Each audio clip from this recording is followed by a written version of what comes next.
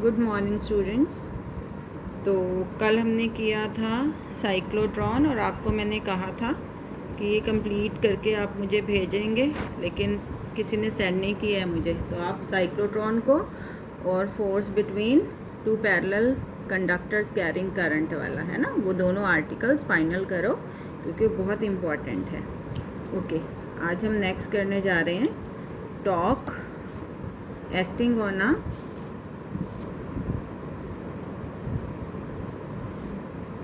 torque acting on a current carrying coil suspended in a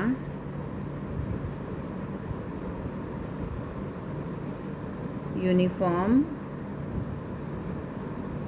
magnetic field. बहुत important है ये, क्योंकि इस पर बेस फिर आगे मूविंग कॉइल गैल्वेनोमीटर है आपका। तो टॉर्क निकालेंगे हम कि कितनी टॉर्क एक्ट करती है जब कोई करंट कैरिंग कॉइल को हम मैग्नेटिक फील्ड में सस्पेंड करते हैं, लटकाते हैं। ठीक है, तो उसके लिए कंसीडर अ रेक्टेंगुलर कॉइल। ये एक रेक्टेंगुलर कॉइल ले ली हमने, PQRS। ठीक है, कैरिंग करंट, कितना करंट फ्लो कर रहा है इसमें से, I, and it is suspended, लटकी हुई है ये, in a uniform magnetic field B, in a uniform magnetic field B। ये है, this is the magnetic field B है ना, पैरेलल लाइंस है ना, in a uniform magnetic field B। ठीक है, लेट ये जो लेंथ है कॉइल की PQ is equal to RS is the length L of the coil and QR equal to SP। ये क्या है, इसकी चौड़ाई है ना, QR is equal to SP is equal to small b, breadth of the coil। तो अब इस पर टॉर्क क्यों लगेगा और कितना लगेगा, हमें वो कैलकुलेट करना है। ठीक है, तो बेटे कल हमने किया था इससे पहले वाले लेक्चर में कि जब कोई कंडक्टर जिसमें से I करंट फ्लो कर रहा है, जिसकी लेंथ L है और वो B मैग्नेटिक फील्ड में रखा हुआ है थीटा एंगल पर, तो उस पर कितनी फोर्स लगती है, F is equal to I L cross B। यही आया था, और अगर हम इसको खोल लें तो it is I L B sine theta, है ना, इतनी फोर्स लगती है। तो अब ये जो आपकी कॉइल है, it can be suppose to be made up of 4 conductors, एक PQ, QR, RS और SP। 4 कंडक्टर्स से मिलकर हम मान सकते हैं कि ये कॉइल जो है वो बनी है। अब इन चारों कंडक्टर्स पर कितना फोर्स लग रहा है अलग अलग से, पहले हम वो कैलकुलेट करते हैं। लेट्स सी कि फाइनली व्हाट हैपन्स। तो सपोज PQ कंडक्टर पर F1 फोर्स लग रहा है, QR कंडक्टर पर F2 फोर्स लग रहा है, RS कंडक्टर पर F3 फोर्स लग रहा है और SP कंडक्टर पर F4 फोर्स लग रहा है। तो इनको हम अलग अलग इवेल्युएट करेंगे। तो let F1 be the force acting on conductor PQ। ठीक है, तो ऑब्वियसली अब इस फार्मूले से हम देख लेते हैं F1 कितना होगा। F1 is equal to PQ में से बेटे कितना करंट जा रहा है, I, सब में से I ही जा रहा है, I। कितनी लेंथ है PQ की, L, तो ये आ गया L क्रॉस B। अब यहाँ देखो PQ के केस में ये लेंथ है कंडक्टर की और ये मैग्नेटिक फील्ड है बेटे, कितना एंगल बन रहा है, 90 डिग्री। कितना बन रहा है, 90। तो अगर हम इसको खोल लें तो ये होएगा ILB साइन 90, और साइन 90 क्या होता है, 1। तो it comes out to be ILB। इतना फोर्स लग रहा है कौन से कंडक्टर पर, PQ।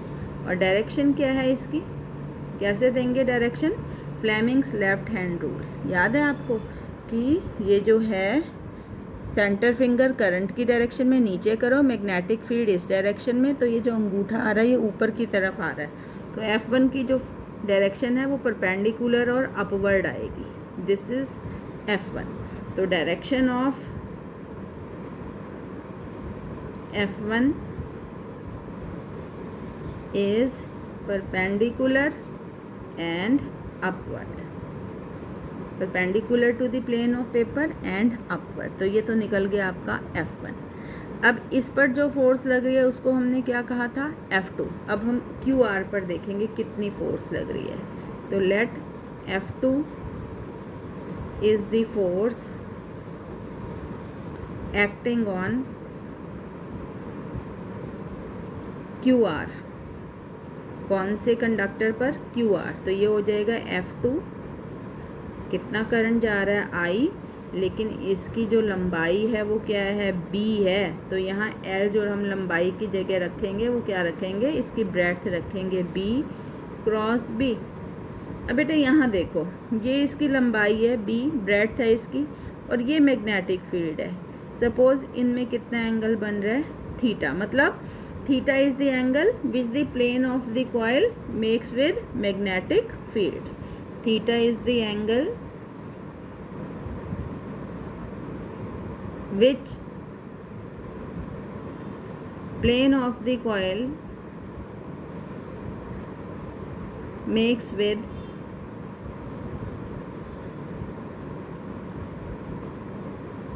magnetic field। ठीक है, तो यहाँ पर ये आ जाएगा F2 is equal to theta है, तो हम इसको थीटा ही रखेंगे। स्मॉल b ब्रेड्थ के लिए, चौड़ाई के लिए, और कैपिटल B मैग्नेटिक फील्ड के लिए, साइन थीटा।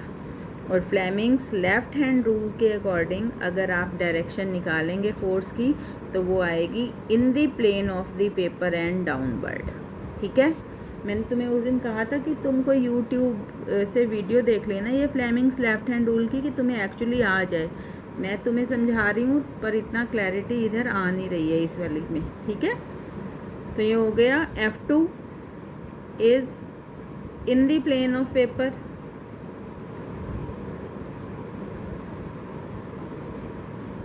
एंड डाउनवर्ड, नीचे की तरफ। ओके, अब आ जाओ तीसरा। इस पर जो फोर्स एक्ट कर रही है इस RS कंडक्टर पे, उसको हमने दिया है नाम F3। ठीक है, तो F3 is the force acting on conductor RS। अब इस केस में F3 इज इक्वल टू, इसमें से भी कितना करंट जा रहा है बेटे, I जा रहा है। तो I कितनी लेंथ है RS की, RS की कितनी लेंथ है, L क्रॉस B। अब यहाँ लेंथ में और मैग्नेटिक फील्ड में फिर एंगल कितना बन रहा है, 90 डिग्री। तो ये हो जाएगा आपका ILB साइन 90, और साइन 90 क्या होता है, 1 होता है। तो ये हो जाएगा F3 हो जाएगा ILB।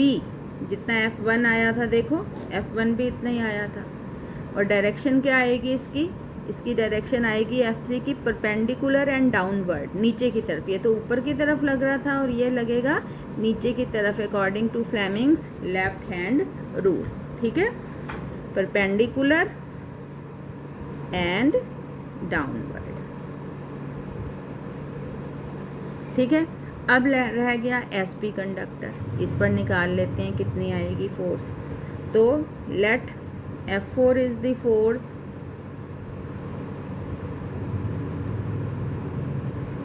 Acting on SP।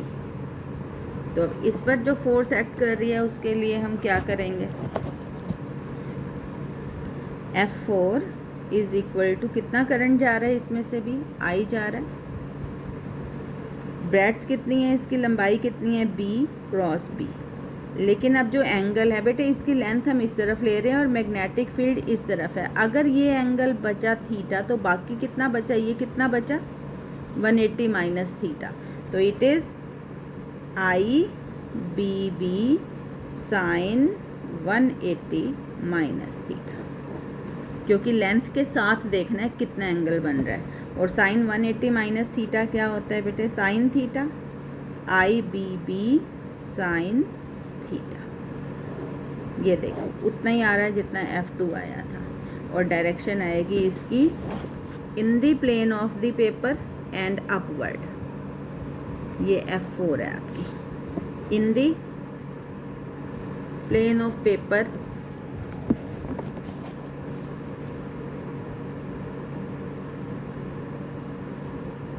And upward. अब देखो बेटे क्या हिसाब किताब बन रहा है। ये जो दो फोर्सेस हैं ये वाली, इनकी लाइन ऑफ एक्शन सेम है।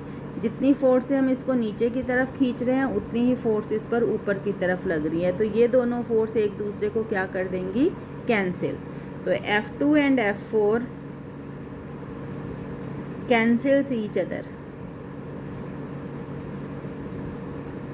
ठीक है, बची कौन सी, F1 जो इधर आगे की तरफ लग रही है ऊपर की तरफ, और F3 जो नीचे की तरफ। आप सोच के देखो, एक लकड़ी का ऐसे रेक्टेंगुलर टुकड़ा है, एक आप ऊपर की तरफ फोर्स लगा रहे हो और एक नीचे की तरफ, तो ये क्या करेगा, ये घूम जाएगा, रोटेट कर जाएगा। ठीक है, और ऐसी फोर्स जो रोटेट करवा दे उसको हम कहते हैं टॉर्क। क्या कहते हैं, टॉर्क। तो दीज टू फोर्सेस क्योंकि इक्वल हैं, देखो IL भी है, ये भी IL भी है, तो ये एक दूसरे को कैंसिल क्यों नहीं कर रही, because they are acting along different lines of action. इसकी लाइन ऑफ एक्शन ये है और इसकी लाइन ऑफ एक्शन ये है। तो ऐसी फोर्सेस मिलके कपल बनाती हैं विच रोटेट्स दी कॉइल। ठीक है, तो F1 and F3 forms couple which rotates the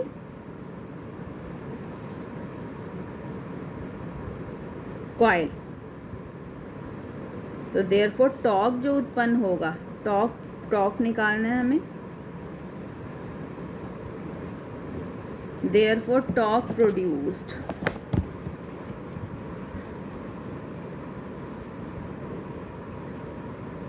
torque. तो टॉर्क का फार्मूला होता है बेटे, दो फोर्स होती है ना, तो उन दोनों में से कोई भी लेनी होती है। कोई भी क्यों लेनी होती है, क्योंकि दोनों सेम होती है। देखो IL भी है और ये भी क्या है आपकी, IL भी है, दूसरे वाली भी क्या है आपकी, ये भी IL भी है। ठीक है, तो आइदर फोर्स, हमेशा दोनों फोर्स इक्वल रहती हैं, into perpendicular distance between forces, कि फोर्सेस के बीच का परपेंडिकुलर डिस्टेंस। तो torque is equal to either force कितनी है, ILB into perpendicular distance between forces. अब ये परपेंडिकुलर डिस्टेंस हम कैसे निकालें, दो फोर्सेस के बीच में। देखो आप इस फोर्स को, ये पूरी लाइन पे एक्ट कर रही हैं, यहाँ इस कोने तक ले जाओ और इसको भी ऐसे, इस वाली फोर्स को भी ऊपर नीचे कहीं भी ले जा सकते हो, इसको भी इस कोने तक ले आए। तो एक फोर्स ये है और एक ये है, तो डिस्टेंस तो बेटे ये भी है इनके बीच में, लेकिन ये परपेंडिकुलर नहीं है। परपेंडिकुलर डिस्टेंस के लिए हम क्या करेंगे, इधर देखो मैं अलग से बना रही हूँ, ये आपका S सिरा है, ये वाला बनाया है, और ये P सिरा है। ये आपकी मैग्नेटिक फील्ड बनी हुई थी ना यहाँ पे, ये वाली, और इसके बीच में एंगल यहाँ कितना है, ये थीटा। तो एक फोर्स यहाँ एक्ट कर रही है ऊपर की तरफ, ऊपर आ रही है, और एक फोर्स यहाँ अंदर की तरफ जा रही है। ठीक है, तो ये सारी इसकी लाइन ऑफ एक्शन है, इस वाली फोर्स की, और ये सारी इसकी लाइन ऑफ एक्शन है। तो इन दोनों फोर्सेस के बीच का परपेंडिकुलर डिस्टेंस, तो खींच दो एक परपेंडिकुलर, ये देखो, this is the perpendicular distance between the forces which are acting on this line. Let it be T। क्या है ये, T, इसको मान लो ST। तो अब अगर ये एंगल थीटा है तो ये एंगल भी बेटे कितना होगा, थीटा होगा। तो टॉर्क आ गया आपका ILB into ST। ST is the perpendicular distance. अब इस ST को इवेल्यूएट करने के लिए इस ट्रायंगल में से आप मुझे बताओ what is cos theta in triangle STP, what is cos theta. बोलो क्या है कॉस थीटा, क्या होता है, आधार बटा कर्ण। आधार कितना है ST और कर्ण कितना है इसका SP, it is ST upon S P. तो यहाँ से एस टी आ जाएगा आपका एस पी कॉस थीटा, है ना, ये मल्टीप्लाई हो गया इधर। और एस पी की वैल्यू कितनी है, स्मॉल बी, तो it is B cos theta. S T is equal to B cos theta. तो यहाँ एस टी की जगह हम लिख सकते हैं बी कॉस थीटा। तो कितना टॉर्क एक्ट करेगा, torque is equal to I L B गुना बी कॉस थीटा। अब इसमें देखो ये क्या बन गया, ये वाली चीज़ क्या बन गई, लेंथ है ये कॉइल की, ये ब्रेड्थ है कॉइल की, लंबाई गुणा चौड़ाई। क्या होता है लंबाई गुणा चौड़ाई, एरिया, है ना कॉइल का। ये जो आपने ये कॉइल ली है इसका क्षेत्रफल बन गया एरिया। तो हम इसको लिख सकते हैं torque is equal to I L into B की जगह A into magnetic field into cos theta.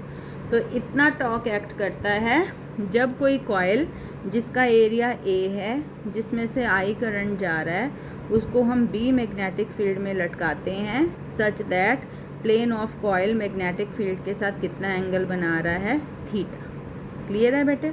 और अगर कॉइल हैज़ एन टर्न्स, अगर इस कॉइल को हमने एल लपेटे दे के बनाया इस कुंडली को, तो टॉर्क कितना हो जाएगा, N I A B cos theta, इतना टॉर्क लगता है। ठीक है। अब इसमें एक नोट है, क्या है नोट, कि सपोज़ ये जो प्लेन ऑफ द कॉइल है इस पर हमने एक नॉर्मल ड्रॉ कर दिया। ये आपकी कॉइल थी ना, पी क्यू आर एस, ये एंगल था थीटा, और इस पर एक नॉर्मल ड्रॉ कर दिया हमने परपेंडिकुलर, इस प्लेन के परपेंडिकुलर, ये एंगल थीटा था, है ना, ये मैग्नेटिक फील्ड थी। सपोज़ ये नॉर्मल जो ड्रॉ किया इस प्लेन पे, जो नॉर्मल ड्रॉ किया वो इस मैग्नेटिक फील्ड के साथ कितना एंगल बना रहा है, अल्फ़ा। तो बताओ मुझे थीटा और अल्फ़ा मिलके कितने हो गए हैं, ये 90 डिग्री। तो इफ़ ये जो नॉर्मल ड्रॉ किया है, if normal to the coil makes angle alpha with magnetic field, तो ये थीटा प्लस अल्फ़ा मिलके कितने हो रहे हैं, ये 90 हो रहे हैं, है ना। तो यहाँ से थीटा किसके बराबर हम लिख सकते हैं, 90 माइनस अल्फ़ा। तो ये जो टॉर्क आया था अभी आपका, क्या आया था, N I A B cos theta, और थीटा की जगह हम लिख सकते हैं 90 माइनस अल्फ़ा। तो it is N I A B cos theta की जगह 90 माइनस अल्फ़ा। अब ये 90 माइनस अल्फ़ा, जो कॉस 90 माइनस अल्फ़ा क्या होता है, साइन अल्फ़ा। तो N I A B sine alpha, एक और फार्मूला आ गया आपके पास। ठीक है, एक तो ये आया था N I A B cos theta, एक आया था N I A B sine alpha. तो बच्चों ये है कि पता कैसे चलेगा आपको कि ये फार्मूला लगाना है या ये।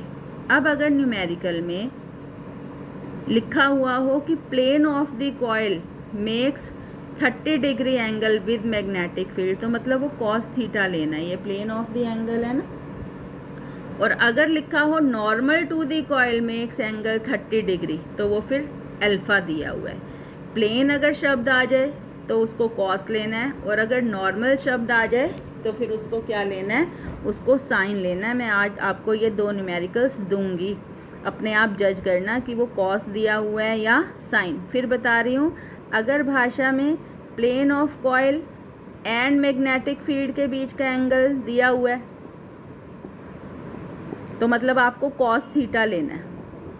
और अगर लैंग्वेज में normal to the coil and magnetic field के बीच का एंगल ये लिखा हुआ है, तो मतलब फिर आपको साइन अल्फ़ा लेना है।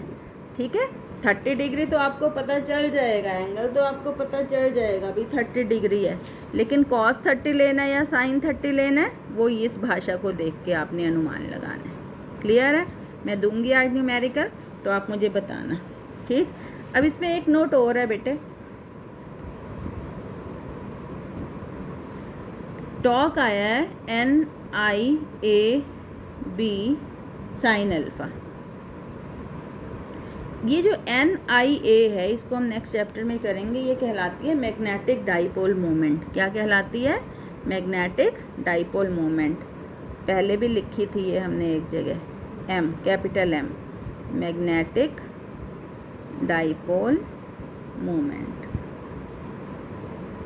तो टॉक कितना लिखा जा सकता है? MB साइन अल्फा, या torque is equal to M cross B से भी हम इसको दे सकते हैं, ठीक है।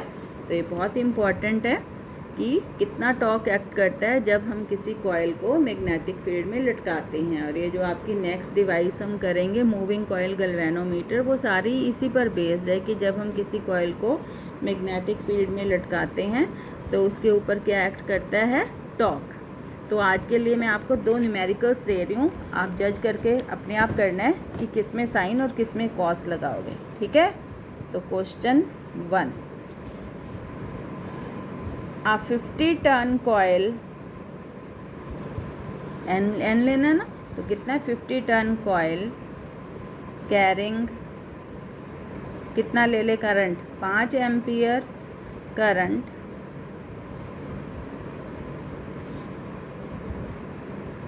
is suspended in a magnetic field of density, जिसकी डेंसिटी कितनी है? 2 टेस्ला। ये भी दिया हुआ है, मैग्नेटिक फील्ड हो गई। If area of the coil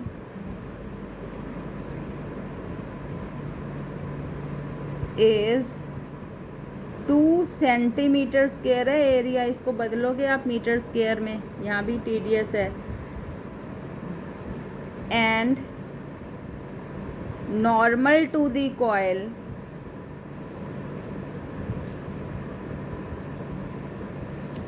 makes 30 degree angle with magnetic field, calculate torque acting on the coil, torque acting on coil। तो पहले तो आप इसमें गिवन लिखोगे, ये क्या दिया हुआ है? Small n, number of turns 50, I कितना दिया हुआ है? 5 एम्पियर, मैग्नेटिक फील्ड B कितनी दी हुई है? 2 टेस्ला, एरिया कितना दिया हुआ है? 2 सेंटीमीटर स्क्वायर। और ये देखेंगे आप कॉस लगाओगे या साइन लगाओगे। एरिया के लिए एक हिंट दे देती हूँ मैं, इसको बेटे बदलना पड़ता है। एरिया है 2 सेंटीमीटर स्क्वायर, तो ये सेंटीमीटर 2 बार है, मतलब एरिया है 2 सेंटीमीटर इंटू सेंटीमीटर। अब जब 1 सेंटीमीटर आप बदलते हो तो 10 की पावर -2 करते हो। यहाँ सेंटीमीटर 2 बार है, तो 2 बार करना पड़ेगा 10 की पावर -2, फिर ये बदलेगा आपका मीटर स्क्वायर में। ऐसी बातों का ध्यान रखा करो।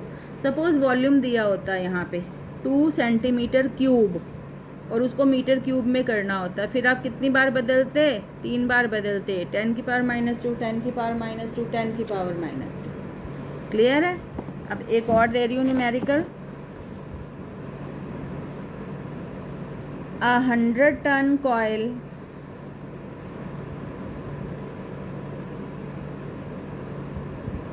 carrying 10 ampere current is suspended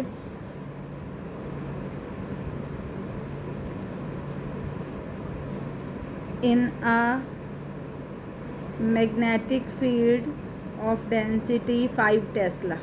ठीक है। If area of coil is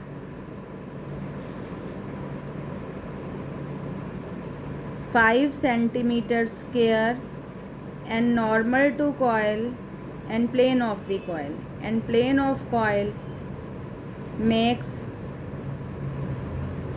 30 degree angle with magnetic field